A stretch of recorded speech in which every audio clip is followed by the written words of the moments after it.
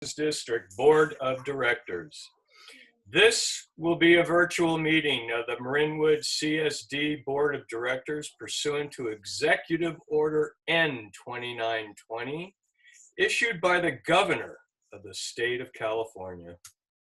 There will not be a public location for this participating in this meeting. Any interested members of the public can participate telephonically or via internet by utilizing the web link or dial-in information printed on this agenda. At points in the meeting, when the meeting chair requests public comment, members of the public participating in the live meeting, either via internet or telephone, shall indicate their desire to speak. If participating via internet, please click the raise hand feature located within the Zoom application screen. If connected via telephone, please dial *9. And with that, let's have a call to order, roll call of the directors, including the new ones. Including all of them. Let's start with our board president, Shay. Who, he's here? I believe he is. I would like to hear him say he's here. He is here. Thank you. Director Case. Here. Director Kilkenny. You're muted. You're muted. Come on. Now I'm here. There you go. Director Oyserman. Here. And Director Ruggieri. Here. Thank you.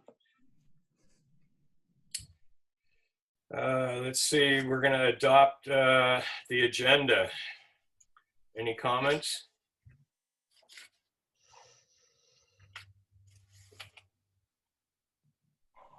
To walk people through, Bill, just for some who 60% of our board, this is their new meeting. If you have any requests to move agenda items around or things, this is the time to do that. Typically, things cannot be added to the agenda unless it is an emergency situation that we were not aware of when the agenda was posted. Chime in, board members. All right, so I'm gonna say something and I don't remember what I was gonna say. That's all right. Bill, you don't need a motion or anything. Do we You need can, a motion? adopt the agenda. No, you don't need it. You just Okay, Bill can that was adopt the word agenda. I was looking for. Thank you, Eric. Yep. Okay, public? No, it's up to you to just adopt the agenda, Bill. Let's adopt it then. All those in favor? You don't even need to do that. Awesome. You're doing great, Bill. Keep it up. Keep going. Introduction of the incoming board directors. Number C, or actually letter C. Great. We have I will, Christopher Case, Kathleen Kilkenny, and Lisa Ruggieri. Good. Welcome all. Okay, Bill, if you don't mind, just for some record keeping, all three of the new directors, Director Case, Director Kilkenny, and Director Ruggieri, have signed their oath of office. It has been submitted and accepted by the registrar of voters. So for them, there is no turning back now for another 4 years. Your service is appreciated and thanked in advance. Okay. Anything else? Unless the three of them would like to do a little quick Intro. something would be great. We'll volunteer Director Case to go first because it's alphabetical order. All right. Hey, glad to be here. It'll be nice to get to know some of you guys that I don't know and just looking forward to serving the community. I've lived here long enough, so I guess it's time for me to kick in some of my own time. And then next on alphabetical list will be Director Kilkenny. That was exactly what I was going to say. I've lived here for a long time and I'm excited to be part of the community and give back some more. Yay. And then Director Ruggieri.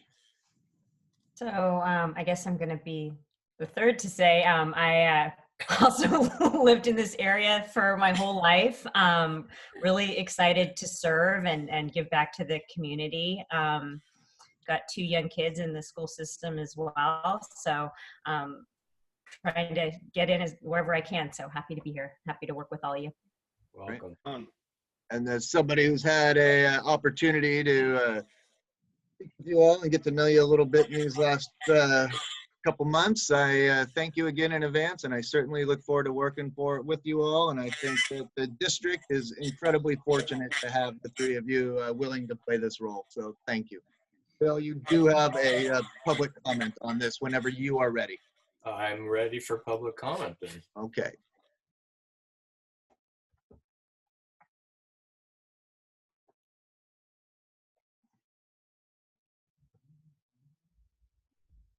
Stephen, you're on.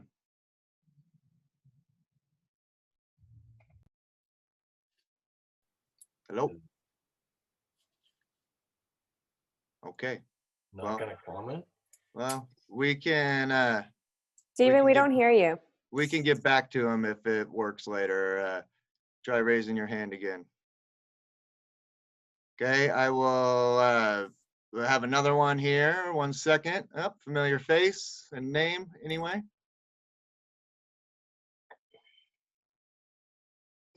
Hello, good evening. This is Isabella Perry. I had withdrawal symptoms, so I had to log on because, you know, Tuesday evenings would not be the same without it. I would like to welcome the 3 new directors and wholeheartedly thank you for embracing this new opportunity for you and the challenge at the same time. We need your brains, we need your patience, we need your open-mindedness and diligence in conducting district business. I trust that you have the tools that you need because I know Eric has been searching very thoroughly for people who would be the right fit, and I do trust him. So again, thank you for starting this 4-year-long journey. 4 years long journey. Here we go, and Godspeed. Thank you, Isabella. We miss you, Isabel. Thank you. Thank you very much, Isabella. Thank you for your service to the community. You can take my chair anytime. Ditto. It's your turn now. Thank you. All right. Thank you, Isabella. Nice to hear from you. You have another here. 1 second.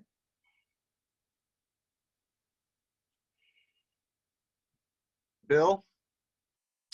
Well, it's director alumni night, I guess. Bill Hansel, and I also thought to log on and you know, wish you all the best. Tonight's would be the 5th anniversary since I had my last meeting after serving for about 9 years, and it was, you know, all the spectrum of experience that you could imagine, and was really fulfilling. You know, I was happy to be a part of all the things that we were able to accomplish. I'm really looking forward to everything that that you all can do for the community, and I just wish you all the best, and thank you so much in advance for your patience and your tolerance and your service, and everything else. I look forward to you all thriving for yourselves and for the district. So thanks a lot. Thank you, Bill. Thanks, Bill. So Okay. And then you have one more. We'll try Stephen here again. 1 second. Should we tell Isabel to lower her hand? I got it. Okay. Hello, this is Steve Nessel. Hey, Stephen. Good to meet some of you. When your names came up, I asked everybody, who are these people? And didn't hear anything bad. But I really don't know anything. Yeah. Keep listening, Stephen. Keep listening. Well, I guess, you know, now we've got 5 directors, and all of you have basically run unopposed. Bill ran his first campaign. I helped him actually for his first campaign, but everybody else has been placed. And it sure would be nice. We've got 6,000 people in the district. It sure be nice because we didn't have an election to know who you are and what issues are important to you. It'd be sure nice to get that information out to the community. And one of the first things I'd like to ask of you, we can discuss this later on, is to have a meeting where, basically you can meet with the community and tell people what you're about and, your vision for the district. I think that works a lot better than being a board. And apparently a lot of you know each other. I know Chris, I know your dad, I met your dad. And I read that I think Kathleen is part of the Water Devils, and Chris, you're a coach for the Water Devils. I'm a swimmer, not this year, but I'm a swimmer, so I like that. And I don't know much about Lisa except that she's got 2 kids up at Lucas Valley, and I guess a friend of Siobhan. So that's nice. But there's a lot of things in the community going on, and gosh, it'd sure be nice to know, what you guys think about stuff going on in the community. That's all I have for right now. I do have issues that concerning you probably have heard about me. I have no doubt that you probably heard bad things about me, but I want to let you know I live on Quietwood Drive. I love the community. I love the parks. I love the open space. And I am just as devoted as probably you are to the betterment of the community. And I look forward working with you to a new vision and how we can carry it forward. Anyhow, I know you guys lived here all your life, but there's 6,000 of us, or maybe 5,900 of us that really don't know who you are at all. So we'd like to know that. So thank you.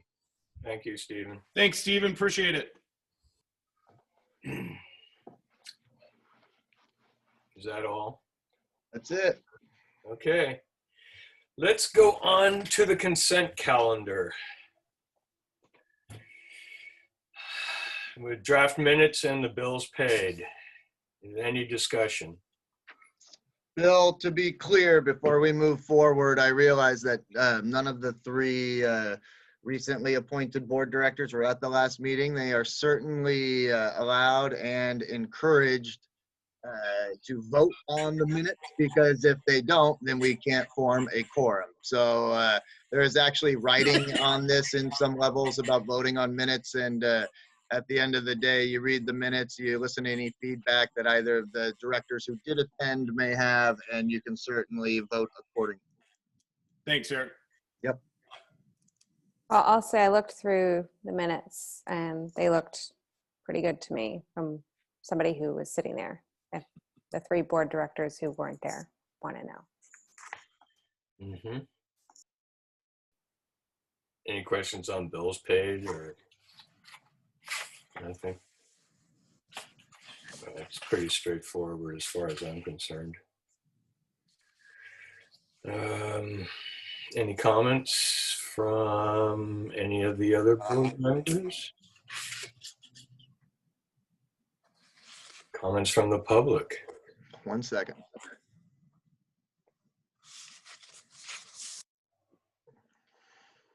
So these comments are directed to the new board members. It's really hard to figure out what's going on in the district by reading the minutes. There's just not enough detail there. But I wanted to let you know that we have, or I have, a full library, video library of meetings available, and I'd be happy to share them with you. So they're up on YouTube, so you can watch it to your heart's content if you're interested. I hope as you move forward that you think fresh. I mean, you guys do represent a new vision, a new opportunity. So the past shouldn't be a guide to the future. It should be your future that you're building. Thank you, Stephen. Do I have a motion to approve? I'll motion to approve the consent calendar, which includes the draft minutes from the November 10th meeting and the bills paid. And Second. I'll second it. Damn. Rats. Chris beat you to it. All those in favor? Nope. No. Tiffany's got to, it's a roll call vote, Bill.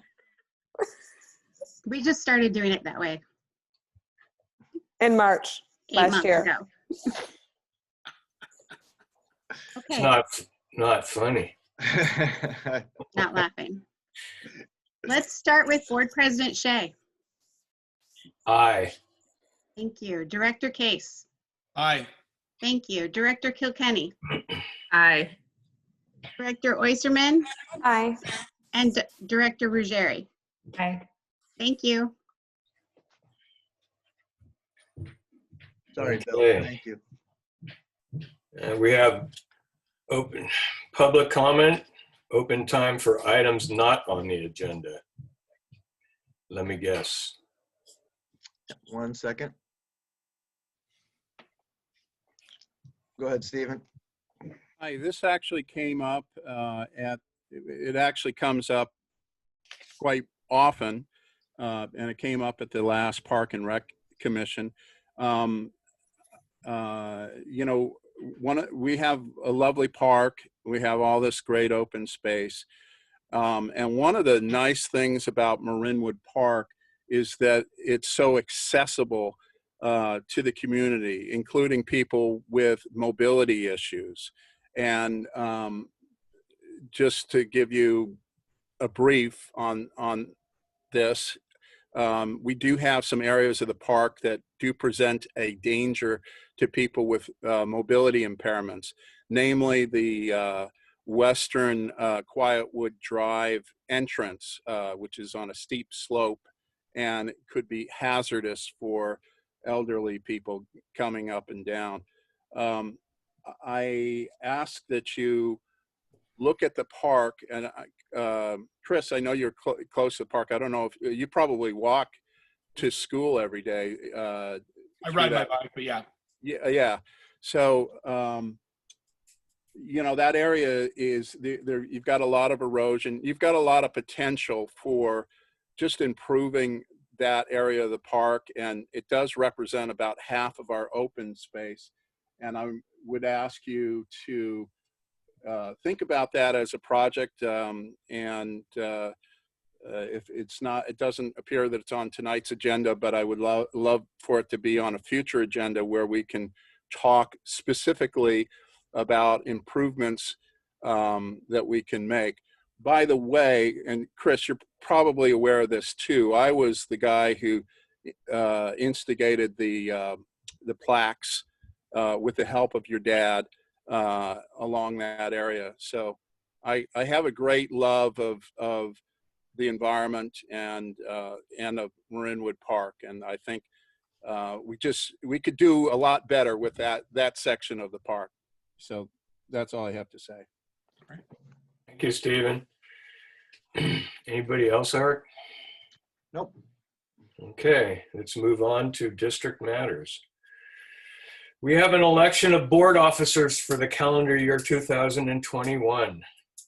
We're electing the board president and vice president. Yes, I apologize first off, as I forgot to update the byline here on my staff report. So my apologies. I just take the most recent one and go from there. So I'm not recreating the wheel each time. So the date should be today's date, and this topic on this should say election of board officers, but all the material below is correct. So according to our bylaws, every December, a board president and a board vice president is elected by their colleagues on the board to serve in those roles effective January for the calendar year coming up. In this case, obviously 2021. This is a board-driven decision. As such, there is no staff recommendation that comes along with it. We simply need somebody who is willing and is supported by the rest of the board members for each position. Well, considering that Bill was vice last year, I nominate him to be president this year. You're too kind. I think Bill would be fantastic.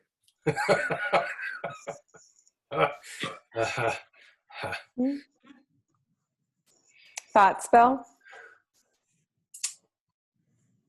Well, I'm happy to VP for you. I'd be happy to have you as VP. Or would you like me to pres and you can VP?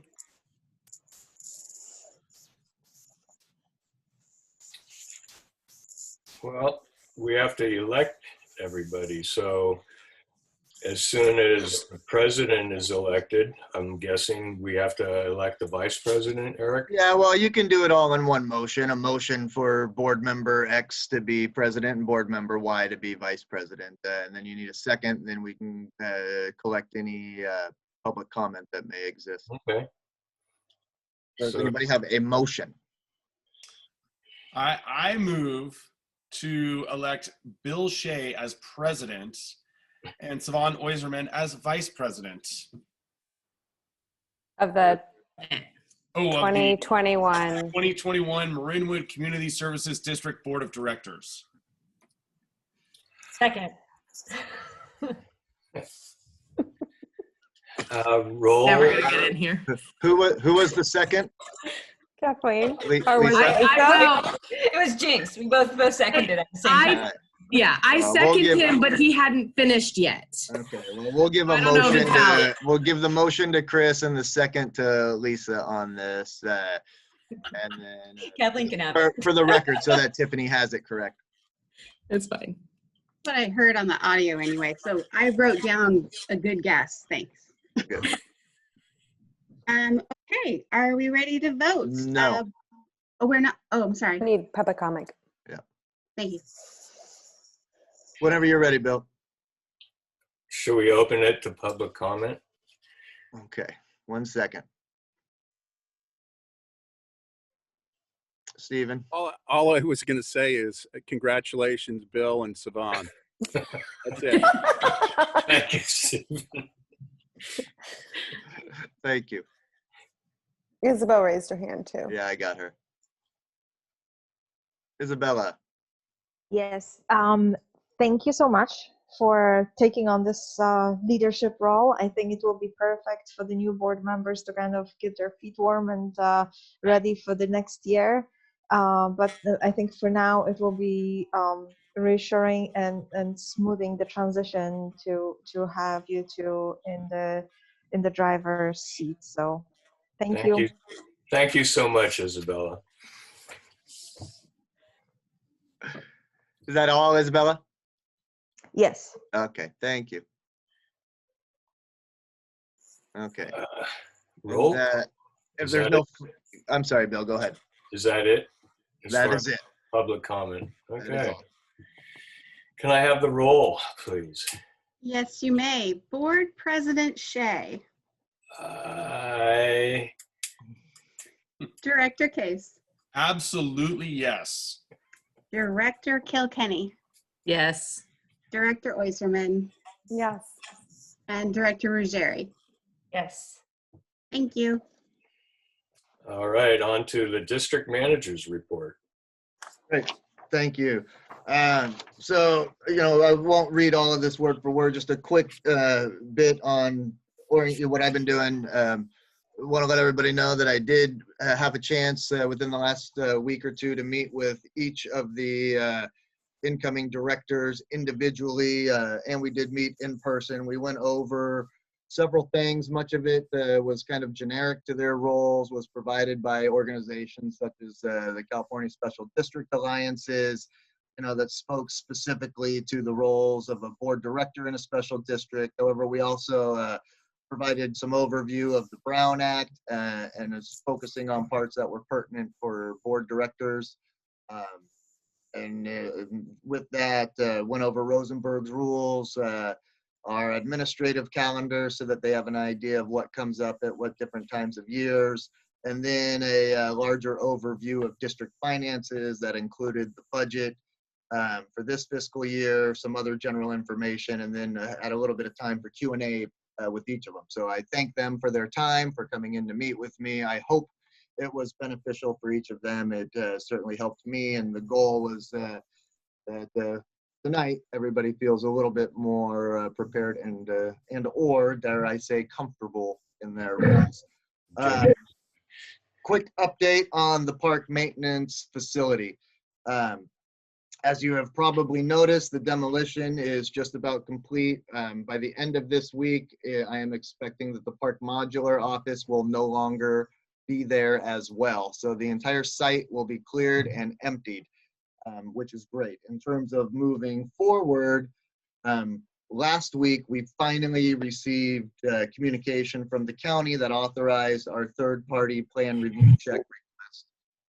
And with that, we had signed off on the agreement with the third-party plan reviewer, and those plans have been shipped off to them. So they give us a 10-day turnaround for initial review, at which point we can look at their comments, make adjustments that they recommend as necessary, and then submit them back to them. They will review any changes and turn that around within 5 days. We went through a third-party plan check system, because it's completely allowable. They're actually a pre-approved vendor listed by the county. It is cheaper. The turnaround time is significantly greater in terms of speed.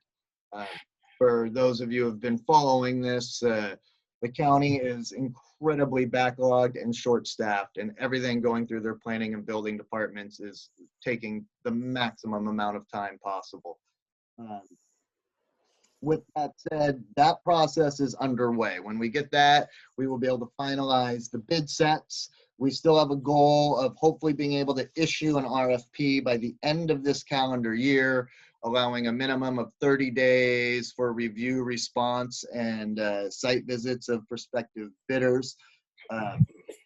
And then from there, we'll move into the actual bidding process. This is all strictly regimented by government code. Bids are received sealed. They're opened on a set and announced date, which has not been determined yet, but that will most likely happen via, usually those happen like in an in-person setting. I imagine because now we can't really do in-person settings, that we will arrange that through some level of a virtual meeting like this, and we'll make sure to notice that to the public, and it'll be included in the bid set as well. So we are able, finally, we're moving forward. Qualified bids, all bids will be examined by staff and by the project architect to make sure that they meet all qualifications and have fully responded to the bids. Qualified bids as well as staff recommendations will be presented at the next possible board meeting for board review and potential approval of the recommend qualified bidder, at which point we enter into an agreement with them, and by spring we are hopefully breaking ground. We've submitted and received permitting from the county, and we are this project is off and running. So that is where that stands. Other items of note, just on myself personally, I've been in regular meetings with the Marine Emergency Radio Authority. Have actually another one coming up tomorrow, as well as meetings with the Marin Wildfire Prevention Authority Operations Committee. I am the appointed representative for Marinwood on both of those. The Operations Committee is strictly made up of staff of participating agencies, as opposed to their board of directors, which is made up of elected officials from governing bodies of each participating agency. Bill Shea currently serves as our representative on the Wildfire Prevention Board of Directors. And then finally, and I assume that Chief White will probably discuss this a little bit more in his report, but we've been working with the San Rafael Fire Department's vegetation management staff.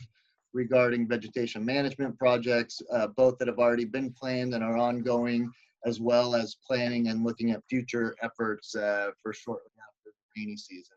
In fact, I have a meeting with one of them tomorrow to examine some of the goat grazing areas as we're trying to get contracts put into place to be able to bring goats back out prior to next fire season next year at specific areas of property that we have. So that you got to get those things booked quick, because goats have become a really popular endeavor and they want to put it out for bid. And if you don't get on their schedule, you don't get the goats. And they're very cost effective as well as highly efficient at what they are intended to do in clearing out tall grass. And then again, they have been doing some work for us through the wildfire prevention funding. Director Ruggieri might have noticed it.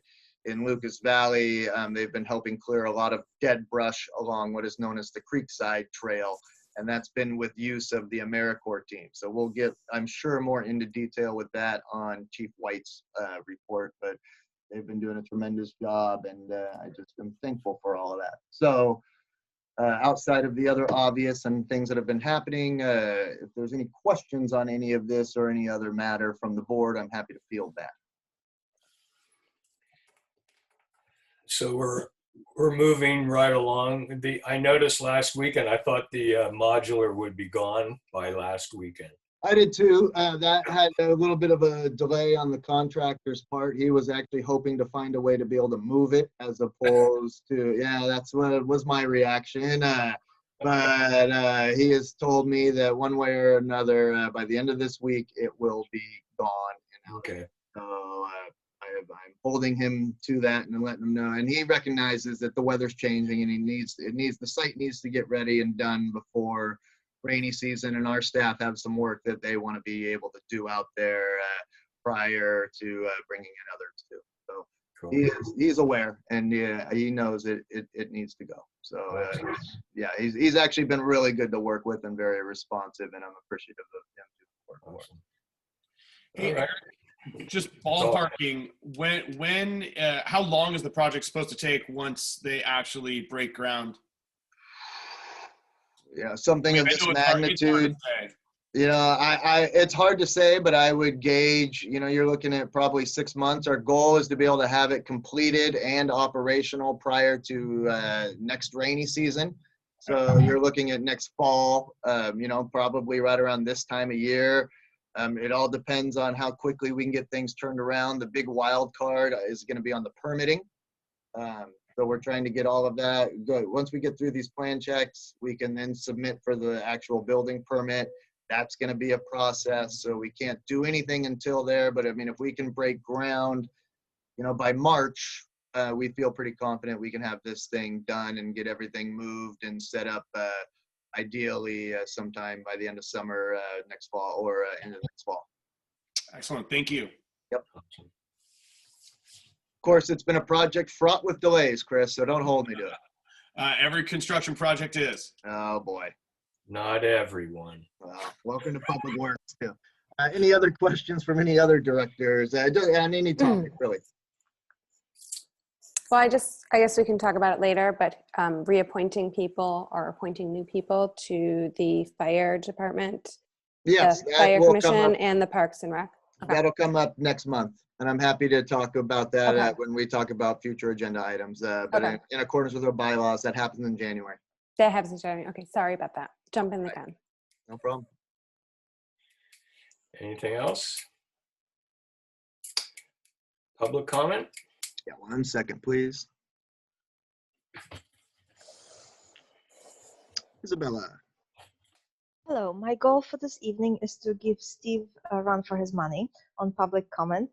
But seriously though, I want to say there were two main reasons why it was hard to part with the position of a director. One was the company, both the staff and the fellow board members. And the second reason was the fact that the maintenance facility building has not been completed as I wished it would be when I left my office.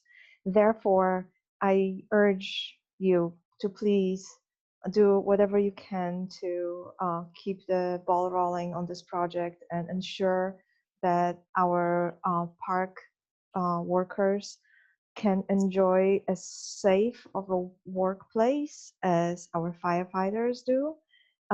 They can get their jobs done in a, again, safe, dry, and space that's been designed for what they do. It's been overdue, as you all know.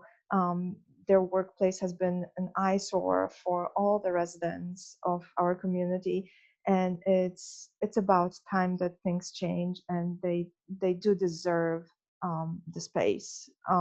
They've been so dedicated to our district and have really stood by through thick and thin, and downpours and droughts, and survived, transition from a park director, Gary, and then Shane's leadership and Luke's leadership. So there has been a lot of change. They've remained with us, dedicated, and again, I wish I could see, or I will definitely be there when the project is completed. But please, please, please do whatever you can to help the project along. Thank you. Thank you, Isabel. Yeah, and 1 second. Stephen? Yes. So I guess I'm glad Isabella had a chance to speak first. I guess this is to inform new directors. I don't know if you guys have ever been at a CSD meeting. You probably have, and I didn't recognize you there. But anyhow, this facility has been controversial. The neighbors in Quietwood felt that it was oversized. We got a petition of 200 park users to ask the board to have a public meeting. We were refused flat out. This is a facility that we all knew needed to be replaced, but this is much larger than the original vision of the Park and Rec Commission. It's really quite extravagant, even for Marin County's terms. The probably the most egregious thing of all, and I would hope that the board would take a different view of this, is we have no idea how much the CSD is planning to spend on this. We ask on a monthly basis, well, what's the budget? What's the range you're looking at? And the response is always, we don't know, we don't have the bids, yada, yada, yada. Like they hadn't thought about how to pay for this large project. Well, this large project is going to be a financial stretch for us. We've got another very large capital improvement with the pool, and as a pool member and user, I really want that pool to be in good shape, as I know that you guys do. I just think that this is one area that there needs to be accountability from our Eric and the contractors and Bill Hansel, who I guess is I don't know if he's still on the line, but we have been put in the dark, and it's really quite actually shocking that we have committed to this large project, and above the objections of the neighbors, and no budget being discussed. I know Isabella knows, I know Bill knows, Eric knows. I don't know if you guys know, maybe Saban knows too, but this is not right. You guys are spending public funds on this, and So you do have to, engage the public. The other big thing, and one of my key areas that I objected to the project as, in addition to the size of the project, was the simple fact that it's going to be very difficult to turn around vehicles without driving all the way into the field past the maintenance area. Now, the Bill Hansel says he's figured it out. It's never been explained in detail. We've looked at the size of the truck, the trailer, the space needed to turn around. We just can't figure out how this is going to work, the plan that has been submitted. So we don't want this whole area to look junky as it has in the past. We want something beautiful. And quite frankly, we want our park, because really it's the park that we love, not the buildings or the trucks. Everything is in service of the park. So anyhow, that's all I have to say. I know Eric is doing his best with his to do a good job, but I do think a little bit more detail and accountability is needed. Thank you. Thank you, Stephen. And is that it, Eric? No more? Yep, that's it. Okay, on to fire department matters. Review of the draft minutes of the fire commission meeting of December 1st, 2020. Can I make a comment? Please do. Eric, do you mind if I bring up the radios? No. Okay, so the I am losing words today. So when we had talked right after the big fires, we had talked about different ways of alerting the community to possible dangers of fire and needing to evacuate. And the chair, Steve Fark, had really liked various options, and we kind of looked into them, but the fire commission kind of held off on doing any more research because the bill was passed so that we had some extra funding within Marin to help coordinate as a county to do fire safety. And now we have these, it's NOAA, right? Yes. The NOAA radios that they are doing a test in Marin County with, and each district has gotten some radios, and they basically sit in your home on, and they'll only push out alerts if you are in dire need of hearing them. The fire commission, each of them have agreed to have one of those radios in their home and to answer questions if need be. And I just wanted to bring it up and see if any of the board members wanted to do it too, if we should do it as a board or if this is not something you guys are all interested in. Siobhan, do they currently have the radios in their possession? The fire commissioners do, yes. Eric dropped them off, and Eric has ones that each of us could have too. Okay. And currently, even though I'm on the fire commission, I didn't get one just because we're assuming that one of you three are going to be on that commission along with the Parks and Rec, so you guys can get to know the district a little bit more. I'll probably show up at the fire commission meetings because I like getting all the details. But yeah, I just wanted to put that out there for something for everybody to think about. Maybe possibly if this is something that we have to pass as a motion, that it can be on the next agenda, or if this is just a discussion item that we can all agree to or disagree to. So if I give you a little bit more background on this, this is through the Marin Wildfire Prevention Authority in cooperation with Fire Safe Marin. These radios are just another means of emergency alert, kind of like Alert Marin. And Chief, please chime in any point you would like here as well, or Nixle. However, they're a little bit more targeted, and they're also tied in with the Marin County Emergency Operations Center.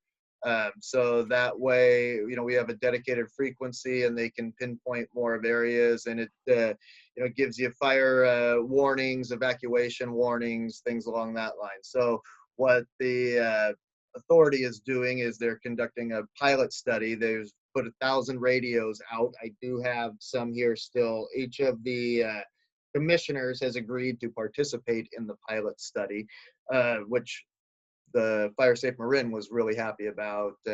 And each jurisdiction, it's up to them to place the radios. We got a very limited number, 15, I think, in total. But if there are board members who would like to participate, that is certainly acceptable. I'm sure they would like knowing that members of the governing body are doing it, and then whatever is left over, I will put out an announcement via social media and just kind of distribute on more of a first come, first serve basis. We got, again, very few because they were distributed based on population percentages, and we're one of the smaller agencies participating in terms of total population. These are small radios.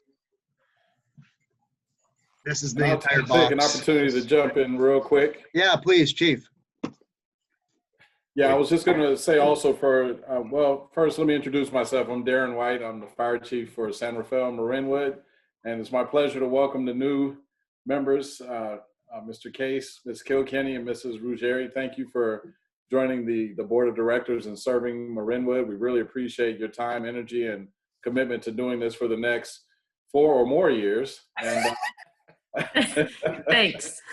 absolutely. But to piggyback on what District Manager Drykosen stated, it's also important to share with you, if you decide to take one of these radios, that they just won't be going off all night throughout the night, periodically. The NOAA is going to be very responsible about ensuring that they push information only when it's, direly necessary to do so. They don't want to get to a point where people feel like they're not going to really value the radios and start turning them off because they're receiving just advisories or other caution information. They really want to push out orders and actual warnings that you need to heed, that you, for whatever reason, may not be able to receive due to PSPS or down cellular towers or, any other compromised situation. So these are a great redundancy, and I really think they're worth exploring and trying to see just how effective they will be to keeping the community safe and forewarned when something may take place. Yeah, they'll only go off on that one night that your kids decide to sleep through the night. Can I ask a few questions? Does it only do so it's only your area? So even though it's a Marin County based trial, will we only be notified about Marinwood and maybe like Terra Linda or Ignacio, or will we be notified about all of Marin County? My understanding is that you should be notified about something that's an imminent danger to your specific area. It should be targeted so that your area or your zone receives notification, not just the entire county or adjacent counties. So does only that include blackouts, like if there's a rolling blackout because of high winds, fire danger, whatever, does that come across? I don't know that a blackout really qualifies as part of the criteria they want to announce. I think they're looking again at information that's more centric to conditions, fire danger, flooding, other things that have something to do that the National Oceanographic Atmospheric Association actually studies and predicts and monitors closely. I can't really say that a PSPS situation will be something they'll push forward. That's a good question. And is it one way? Like, will they my conversations? I'm sorry, can you repeat that? Is it one way? It's not like Alexa where I can talk, correct? No, I don't think this is two-way communications. I think this is... You can't talk shit to it, no. Oh, damn it.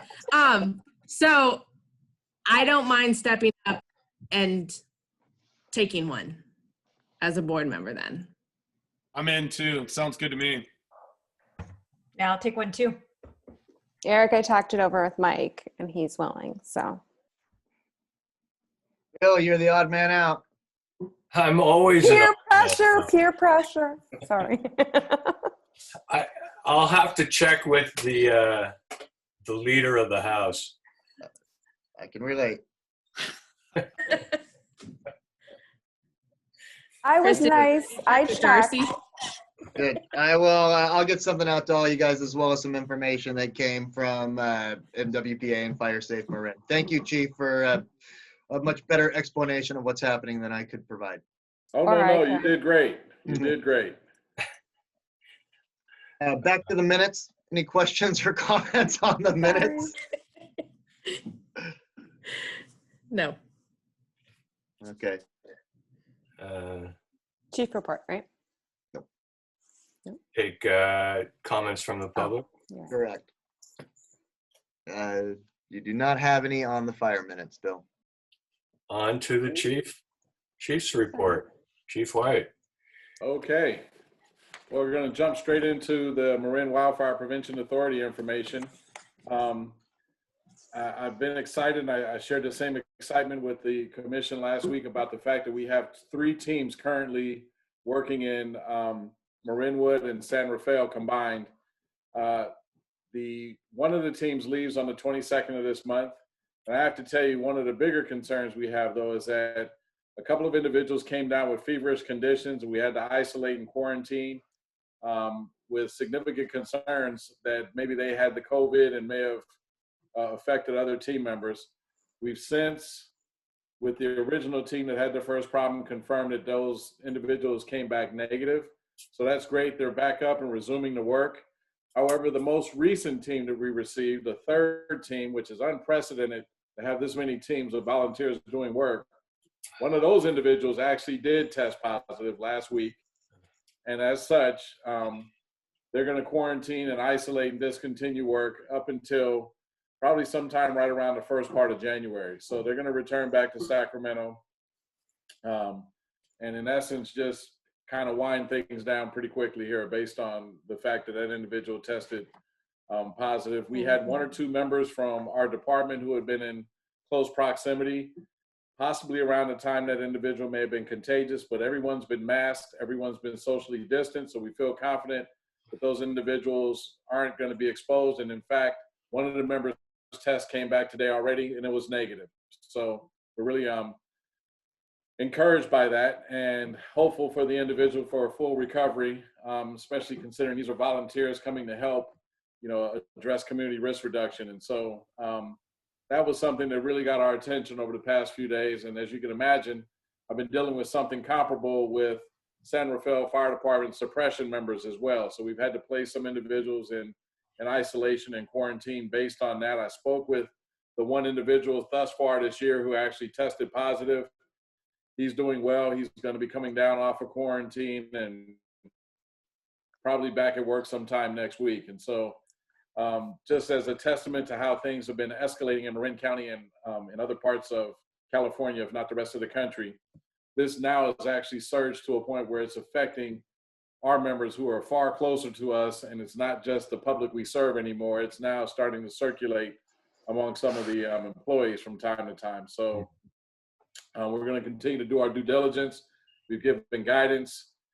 We provided information to those individuals who may have been exposed and to those who may have actually tested positive to ensure that they have some good understanding about what to do moving forward. But I just wanted to start that and share that information. But I'm going to move into more specifically the work that's been done recently. And I'm really thrilled to see some of the progress. And I think if you get a chance to look at the photos, you'll get a chance to see some of the before and after.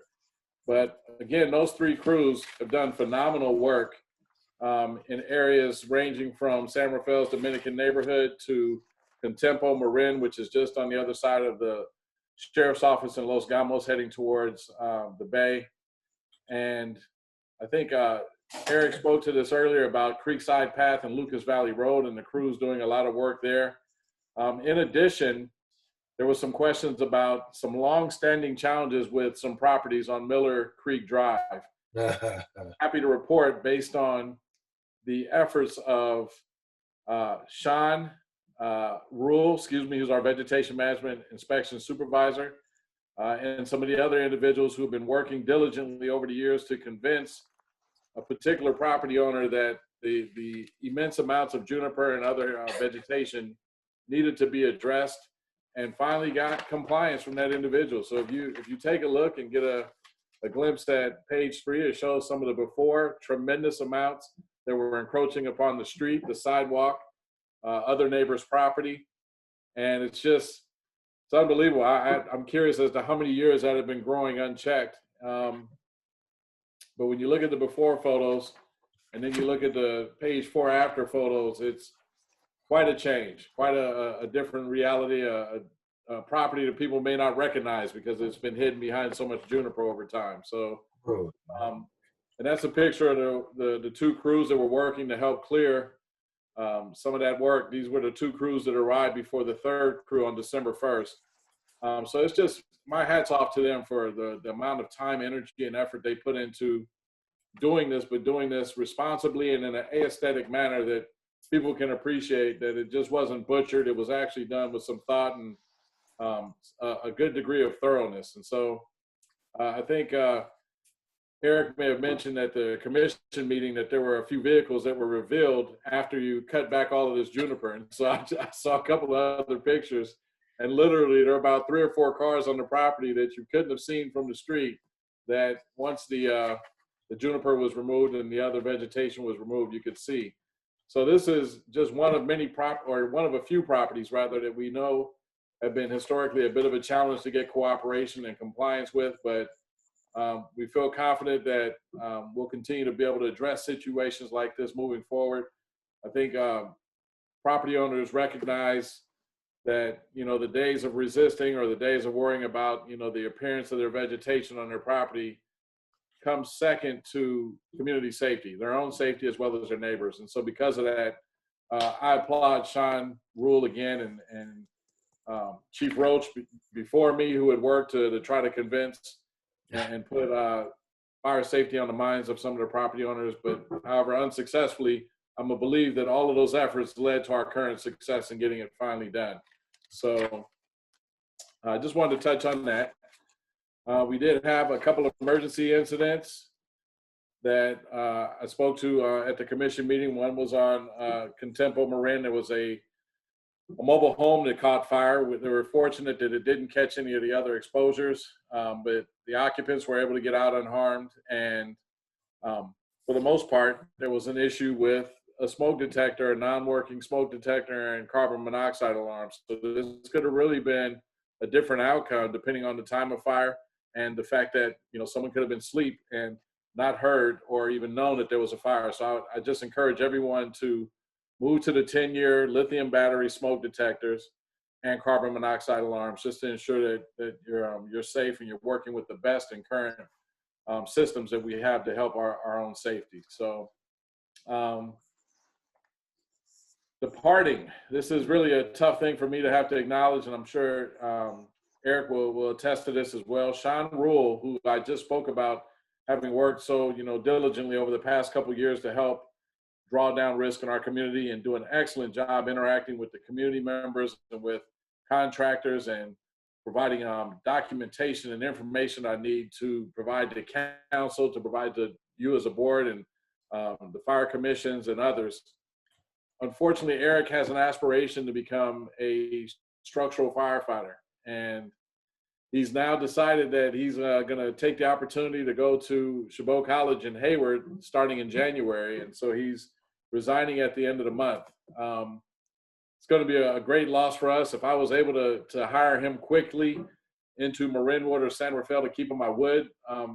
Unfortunately, he doesn't have ALS or advanced life support training at this point, so that kind of negates it. I'm almost ready to go and give a last ditch effort to let him know that, you know, I'll put him through school if he signs with San Rafael and then maybe, you know, sticks around that way. But I don't know if that's going to work. I think he's ready to really move on and try some new things. But we really appreciate all of his service and wish him well. And it's going to be hard to fill Sean's shoes. We lost Matt Urias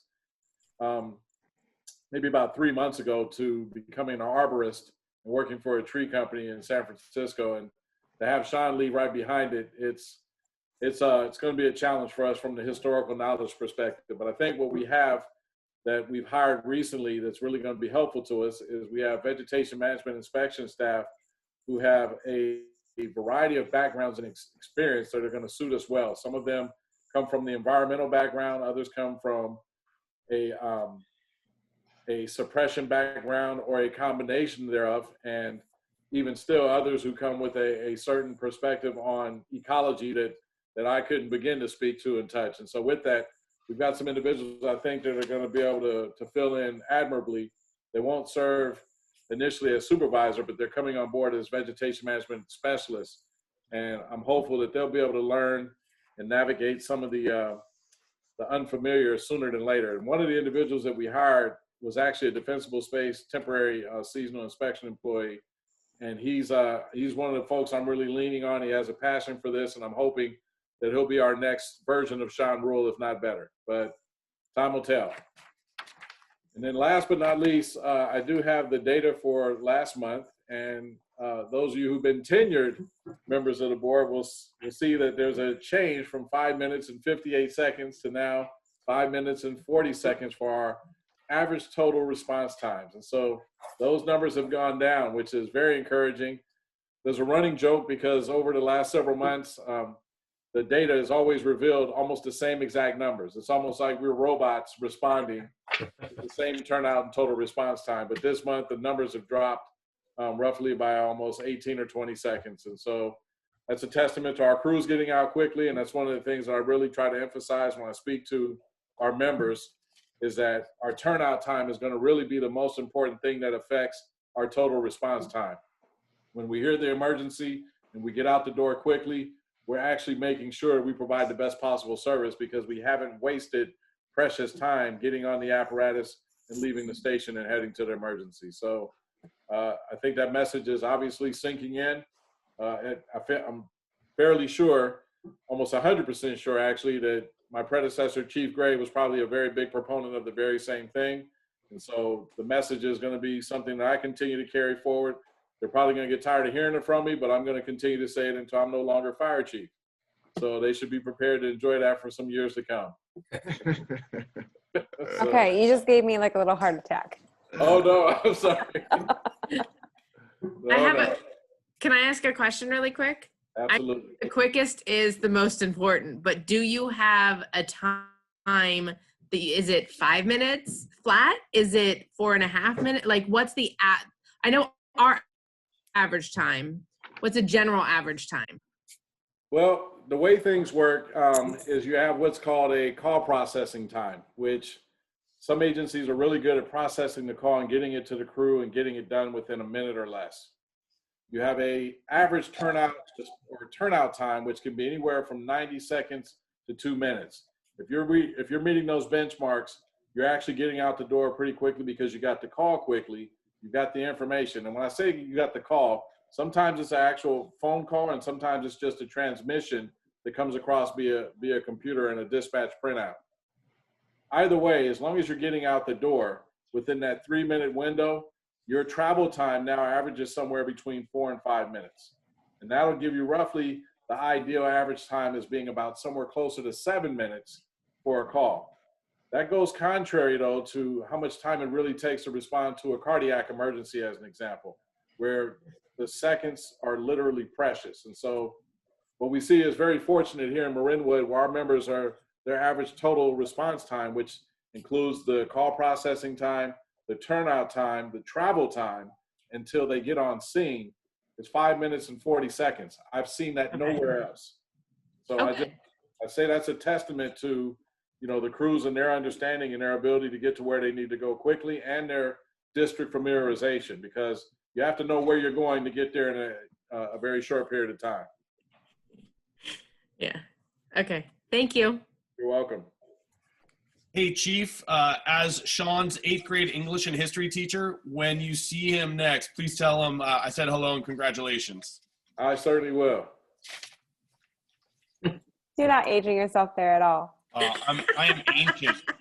I To turned give some 50 this other year. background, I have to echo Chief on his accommodations of Sean Rule. He's been instrumental in a lot of things that we have done, most especially since we formed the Chief Officer Services Agreement in 2018 with Santa Fe, and the implementation of the Marin Wildfire Prevention Authority. He's really helped us take a much more strategic and thoughtful look at wildfire prevention amongst our open space areas, has been working with us on putting together more formal plans. I also have to give a shout out to the emergency manager, Quinn Gardner, who is quite possibly the hardest working person I think I've ever met.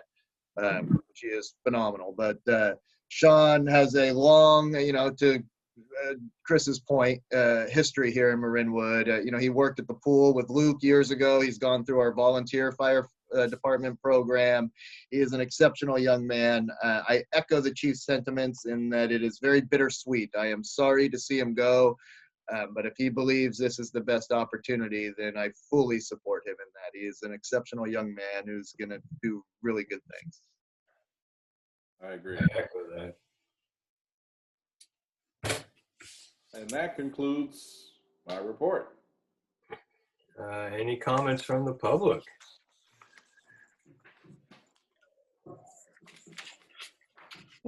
One second.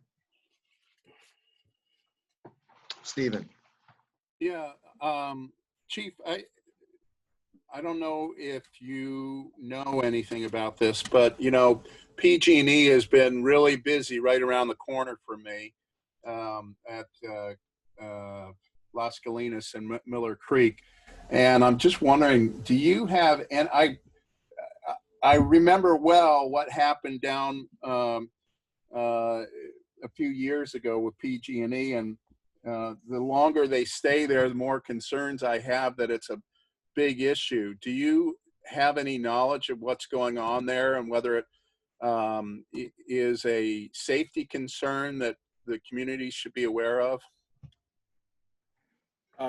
There's been no safety concerns communicated to me or my staff that I'm aware of. I'm not sure. I couldn't begin to tell you. I'd be speculating to say whether or not they were doing some undergrounding or whether they were replacing some wiring or putting in some of the, I'm trying to recall what these devices are that actually segment when they have to do a power shutdown so they can scale down the power shutdown to a smaller grid. And so this could be part of their actual PSPS work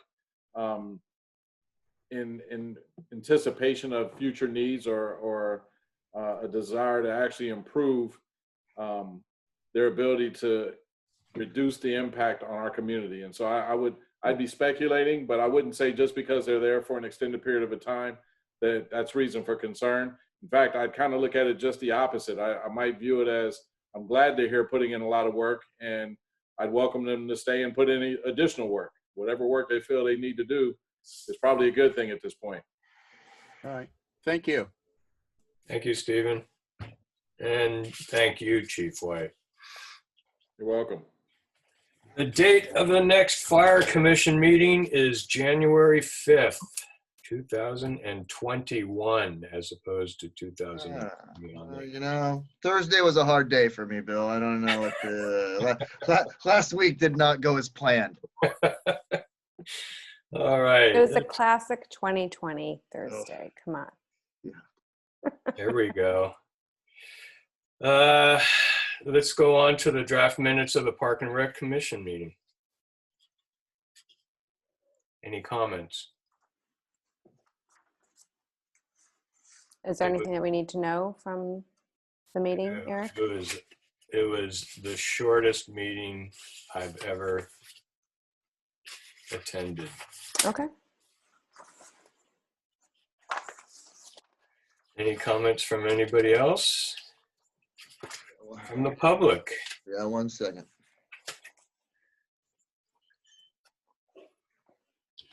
Yeah, there was about a 15-minute conversation on the park, the putting in a ramp at the West Quietwood Walk Street. And I can never pronounce her last name, brought it up, and it was discussed. And I think they were, I actually expected it to be on tonight's agenda. It is an issue of concern, and just especially during the construction, because this area, as those of us who live in the neighborhood know, this is a major walking path, a major way to get to school, exercise and everything else. And I don't know if there are any provisions to get around the construction site, once they get going. I certainly hope that there is, but in particular, if there isn't, we need to make sure that that access point is a safe entrance. It really is a hazard the way it is. Not for us young folks, but anybody who has a problem on their feet. When that area gets wet, it gets slippery, and we don't want people falling down there and getting them hurt and the district to get sued. So I just bring that to your attention. It was an important part of the meeting. Thanks. Thank you, Stephen. Can I ask, what, I'm reading this in the minutes. It says western entrance. So we're not talking about the entrance onto Miller Creek Road. We're talking about the one that's just shy of the existing modular building. It would be actually just to the east of the modular building, that cut in right there. Right. Correct. Yeah, there's two different walking paths from Quietwood. The Right. commission will be taking this up at a future commission meeting Okay. for further discussion. It's been discussed at several prior commission meetings as well. So it's was brought back to their attention, and they have Commissioner Shawsome asked if we could put this on a future agenda. So their meeting, it'll be on a future PNR commission meeting. Okay, great. Thank you. You're very And welcome. then I have a question. During construction, will the path to walk from Miller Creek down along the backside of the houses even be open? I sincerely doubt it. I So imagine that'd be the only access in and out on that far end of the path? on that far end, yes, or there's another pathway, as you're aware, a block or so farther down the road, and then there's the other entrance on Las Colinas as well. Okay.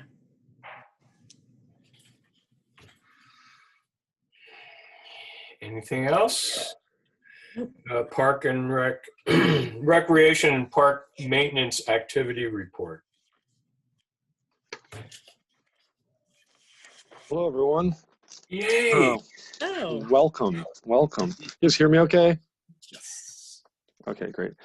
While we're all gushing about Sean Rule, I'll just throw my 2 cents in. And I did hire Sean for his first job, my first year working at Marinwood. He was a pool attendant for us and later a lifeguard. So for what that's worth, learned a long time.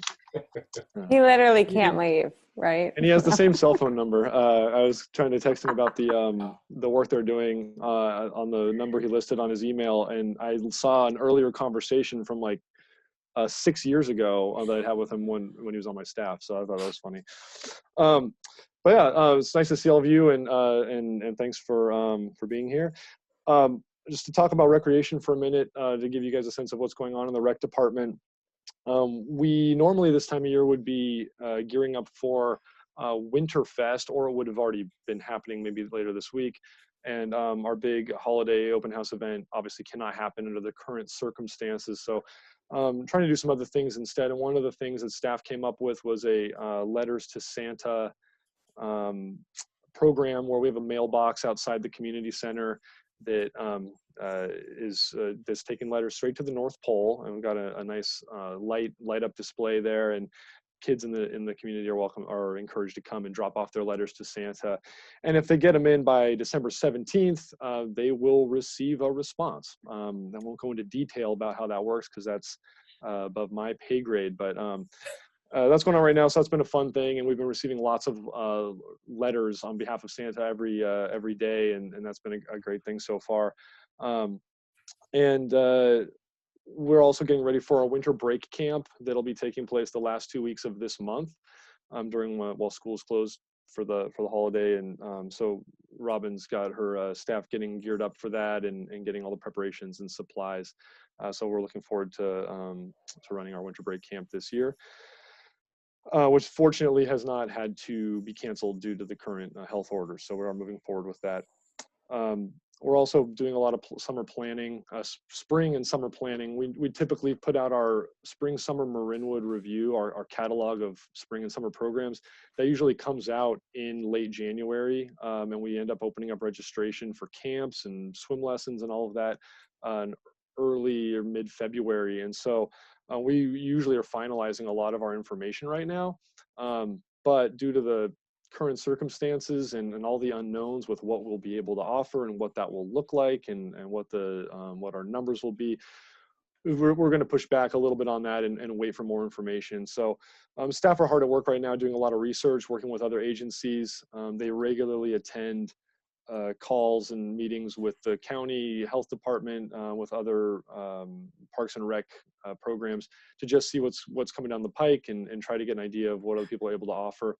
And we're working on a plan A, plan B, plan C, plan D of what we might be able to do this next spring for the pool, what kind of programs we might be able to offer, and as well as for our camps and classes through the spring and summer, just so that when we finally do know what we'll be able to do, we'll already have done a lot of the legwork and be able to hit the ground running, which we were able to do this last summer, thankfully. So it's hard to plan for multiple different scenarios, maybe none of which will play out like we think they will, but the staff are really hard at work doing a lot of research and doing a lot of prep and working on that, while they also manage and continue to market the programs that are currently going on. So that's what currently up to on the rec side of things.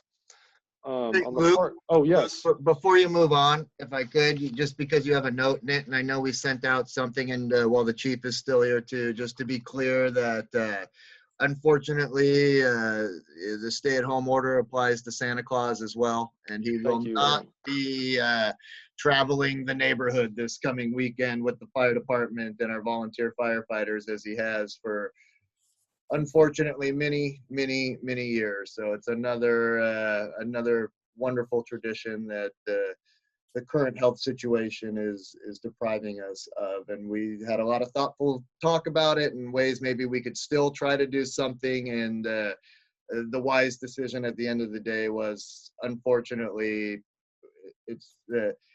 he's not going to be making it down this year. So help if anybody asks anybody if that's happening this weekend, it is not. We did put something out on Nextdoor as well as our Facebook and social media, but unfortunately Santa is trying to stay healthy and stay safe in preparation for the big day. Should we put something up by the drop-offs too, right? Because those drop-offs were associated with Santa's. Well, I think those are going away soon too. Okay. When does that go away? You mean for the toy drive? Yeah. Oh, for the toy drive. Oh, yeah. We could put up signage. Because because we would give the toys for the toy drive to Santa, and Santa would make sure. Yeah, we could put something up, Savon. Thank you. Okay, I'm just thinking of another avenue for people who are not on Facebook and stuff. That's good. Thanks for covering that, Eric. Yeah, sorry. No, I'm glad you mentioned that. Yeah, so moving over to the parks maintenance side of things, the staff have been hard at work the last couple months working on, we've been sort of piece at a time, getting our temporary work site up and running to where the staff will be working while they've been working so far the last few weeks during the demolition and also during the construction of the new parks maintenance facility. And I'm sure you've all seen it, but it's that fenced in area at the far end of the park. And so we did some more work on that. Finally got electricity on November 23rd. So these cold mornings, I think the staff said that this morning we were running at about 30, it was like 36 degrees when they came in. We finally have heat and light. So that's been a very helpful thing for them. We're operating out of 2 large cargo containers and with all the equipment and tools and some of the well, not the vehicles in there, but we have everything housed in there, and it's been getting organized and up and running, and finally installed some emergency eye wash and first aid situations this week.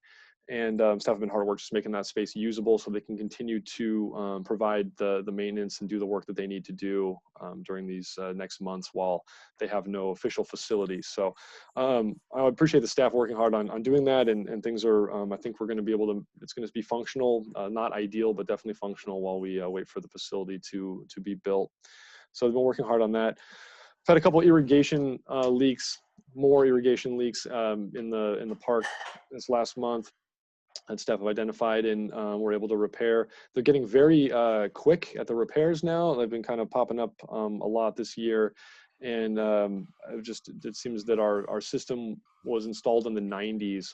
Was the last time we did a full irrigation installation. And the pipes are just getting old. The ground is settling. There's a lot of gopher activity, a lot of tree roots coming in, and we've just been seeing just cracks happening a lot more frequently this year than we've seen in many, many years. So that's taken up a lot of time, but they've gotten it down to a pretty good technique and keeping a lot of parts on hand so we can get those quickly and get water back on as needed. So that's something that we've been dealing with.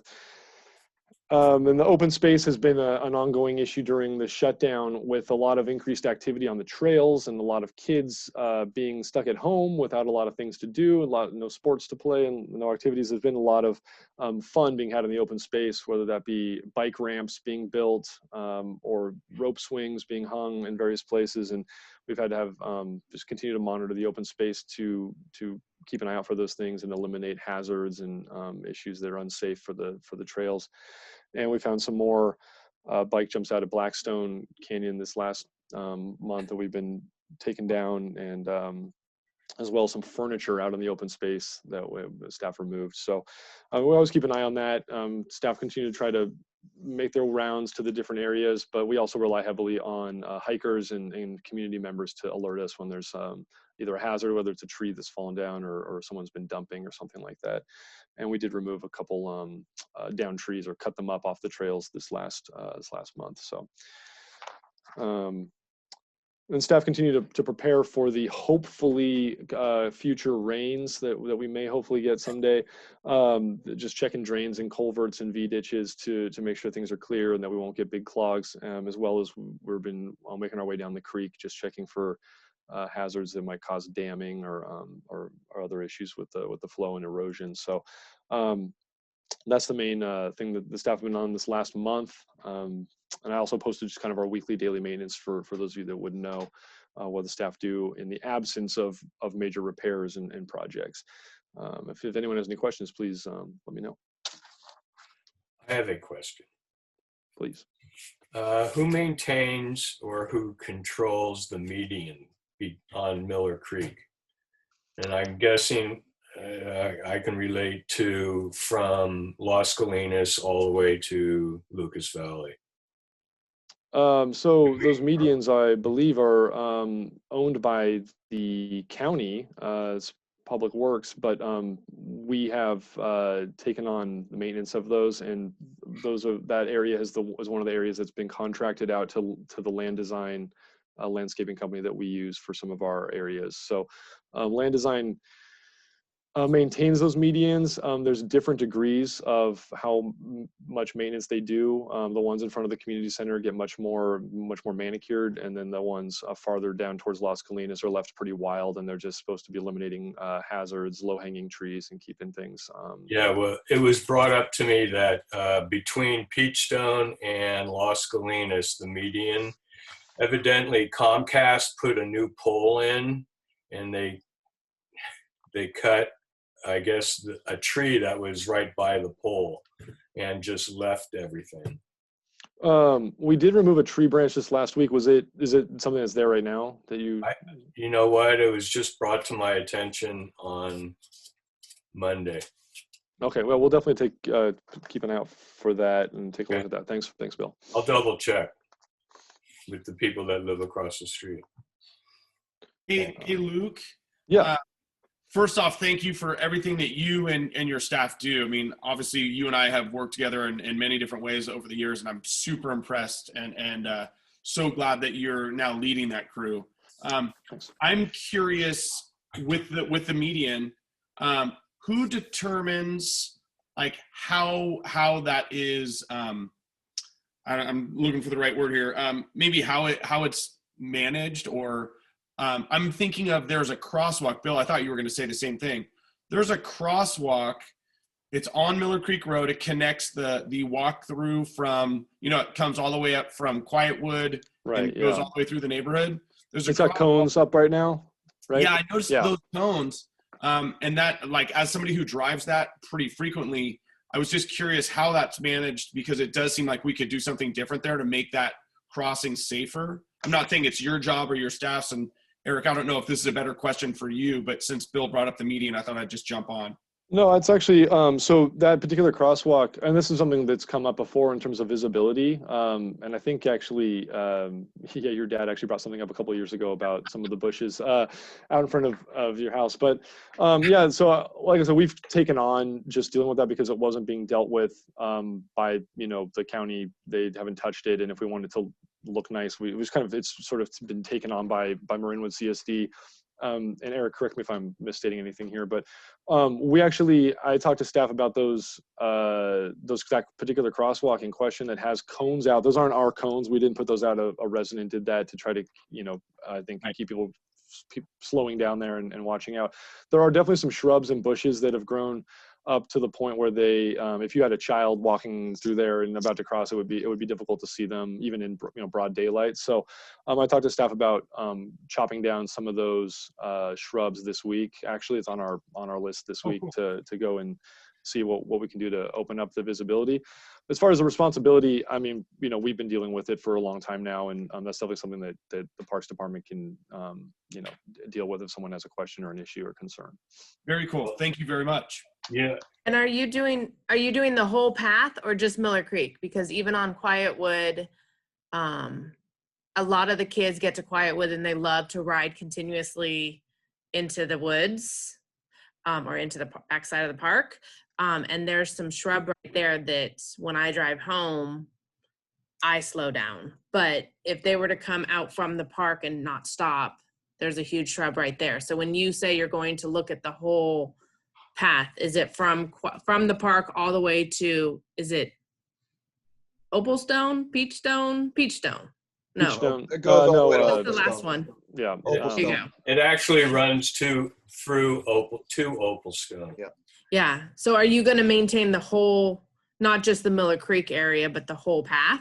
Well, the area in question is that particular crosswalk is one that we've identified as something that we could definitely open up visibility. I'll definitely check the other ones. I know the one on Pinewood going towards the Panhandle. There's I know there's an area there that that could be, I think, cut back as well. But yeah, we do maintain those walkways. So we'll take a look at the crosswalks and just see what can be done to clean those up, or at least cut some things back to help that out. But yeah, I'll make that part of our list. I just think with the kids being stuck on computers all day, they're out riding more.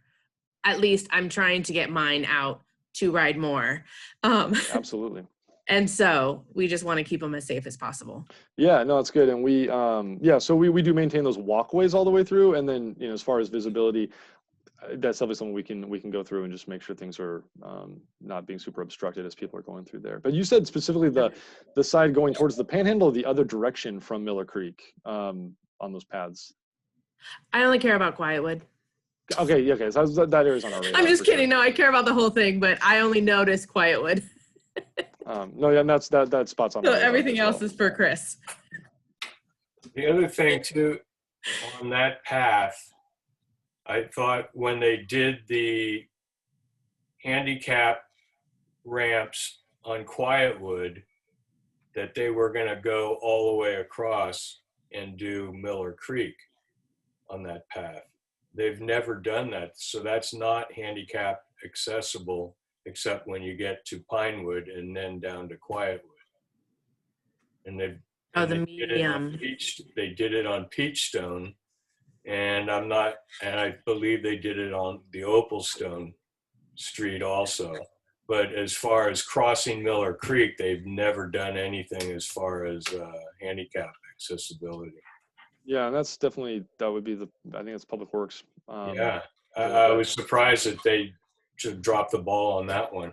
Well, and I tell you, Bill, I speculate, but I think part of that is because that literally does cross through that median. And so they don't, which is in the middle of the roadway. And if they're going to put it on one side of the road, they would also have to put them into those medians. And the road is a little bit more narrow there. I don't know about bump outs. I know where you're talking about, say on Peachstone, isn't necessarily a bump out like what they have created on some of the other areas on Miller Creek Road. But it's a lot of it has to do with because that median is there, so you have to kind of step up. So the whole thing isn't truly that's not a accessible crosswalk. Right. My understanding and past communications with the county because those are roadway and improvements. That's actually DPW with Marin County, Department of Public Works, Marin County's jurisdiction. Is on some of these, when they redid them, they actually shortened the median, but they would have to open up that entire median and make that, pave that over and make everything there ADA compliant to put them on either side there. Yeah, because that little path through the median is probably less than 3 feet. Well, that's exactly right, and I'm sure that I don't know why they didn't do that, but it would be, they can't just put them on the sidewalks there without also addressing them in the median. Okay, yeah, it just surprised me. Thank you. Anybody else? Public comment? 1 second, please. Stephen? Yes. Is there any reason why we can't get some rustic stairs in the West Quietwood Walk Street area? I think there's been a issue with communication. I fault myself. I've talked about a ramp and what have you, and really all I'm talking about is a rustic improvement to level off the area and to provide some sort of traction for people to get up this slope. It really is nothing more than pressure treated 4x4s sunk into the ground at levels comparable to a stairway, maybe a little bit of gravel fill. It really is not a big deal at all. And so it doesn't require lots and lots of discussion. This is a really small job. If the park staff is unwilling to do it or you can't convene, I'm sure we can convene some neighbors who see the importance of this project and we can get this done on a Saturday. Is there any reason why we can't get that done without a lot of unnecessary discussion? Eric, isn't that on the Parks and Rec Commission for? It's going to be discussed at a future meeting by the Park and Rec Commission. But just to comment on Stephen's last comment, I think the nature of government work requires lots of unnecessary conversation. Well, let me speak to that because I worked with Tom Horn improving the open space, and I think that area is considered open space to build trails. And really that's what we're talking about, are trail improvements. This is not a huge deal. You're going to start construction soon. You've already indicated that it's going to be cut off. So really this is an important project to get done rather quickly, and we can get it done quickly if there's the will. If you want to talk about it and you think that you need to talk about it, let's get it done, and then you can talk about it later on how you can improve it. But safety first is key. Wouldn't you agree? I'll just point out that this did come up in several meetings over the years, and the last time there was, the door was closed on that, or it was determined that we would continue to rake the path, was what was deemed the necessary maintenance of that area, and have not been directed to do any sort of structural improvement as of now. So it's not a structure improvement, though. That's what I'm saying. But so I'll let the commission have that. So when that comes up on those agendas, we'll talk about it then. So well, if someone gets hurt, there's going to be a lawsuit. Okay, and I really think, especially because of the way that this whole project is being done at the maintenance facility, the very least that you can do for the community, that the hundreds of people that use that path every day, is to make sure it's safe for people to use. I see this as, I'm actually surprised that I have to bring this up. I don't want to bring it up. I just want to get it done. And I don't know why, why it's a big deal, why you have to make a big deal out of it. I don't have anything more to say about it. All right. Thank you, Stephen. Anybody else? No. Awesome. Luke, thank you. Thank you. And the date of the next Park and Recreation Commission meeting is January 26th, 2020. You know what? One. You got the board meeting one right. Okay, give a guy a little break here, man.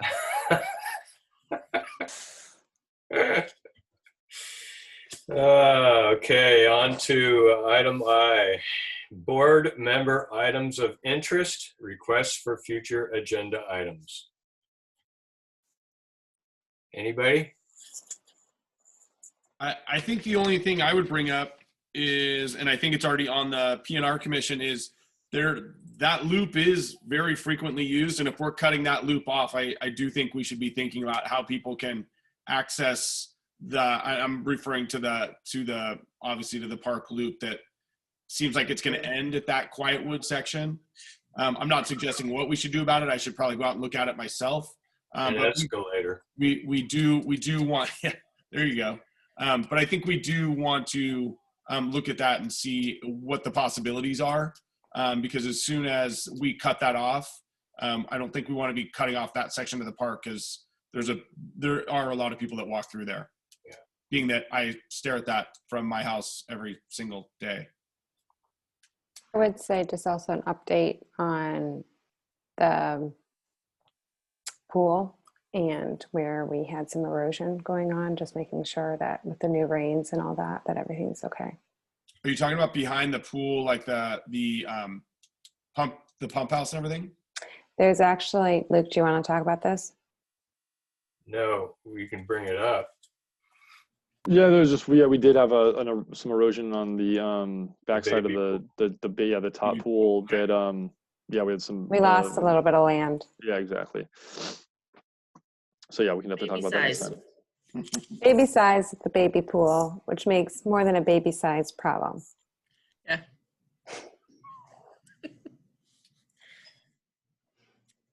Anybody else? Okay. If there's nothing further, then we can move on to J, which is I motion to adjourn. motion to adjourn. I second. Are there no, okay, I'm sorry. I got it. I followed you. Was that not right? No, you're good. Sorry. Okay, good. I was lost there for a second, but So now you are found. The Advil's wearing off. you're pretty much, my friend, pretty much. In 2021. Yep, I got that right. I told you, January 12th, 2021. And on. Then I need a roll call. No. You just we don't do that here? What's that? We've done this before, no? Oh, okay. I'm sorry. Yeah, the Advil. Just stop talking to Eric. Make this easy. Chris, Lisa, and have this. We got this. Are we ready? Come on, Tiff. Board President Shea, Aye. Director Case, Aye. Director Kilkenny, Aye. Director Oysterman, Bye. Director Ruggieri. Aye. Thanks. Thank you all. A great first meeting. Hey, happy holidays, everybody. Be safe, be well, Be and safe. I wish you all the best. We'll Happy be around if you Safe need anything. holiday and safe New And Year. Take it happy easy, New Year. everybody. Happy holidays. Happy Thanks, holidays. Bye, everyone. Chief. Guys. Great to meet all of Bye. you. Bye. Night. By the way, Eric, Yes, sir. our open house on the 1st, we will not have this year. Well, I would assume. I would assume. I know. I'm sorry. All right. Thanks, Bill. Take care, man. Bye. Bye.